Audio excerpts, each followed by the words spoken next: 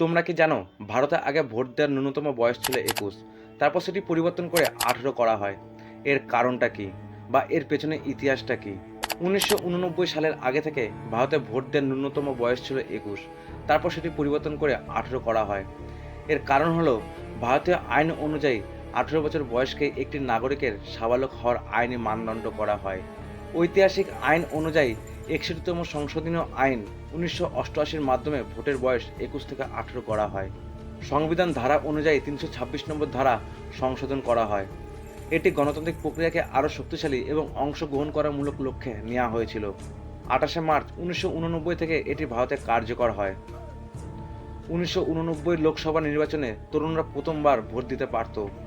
তৎকালীন প্রধানমন্ত্রী রাজীব গান্ধীর আমলে দেশের যুব সম্প্রদায়কে গণতান্ত্রিক ও রাজনৈতিক প্রক্রিয়ায় আরও বেশি করে সামিল করার উদ্দেশ্যেই এই যুগান্তকারী সিদ্ধান্ত নেওয়া হয়েছিল।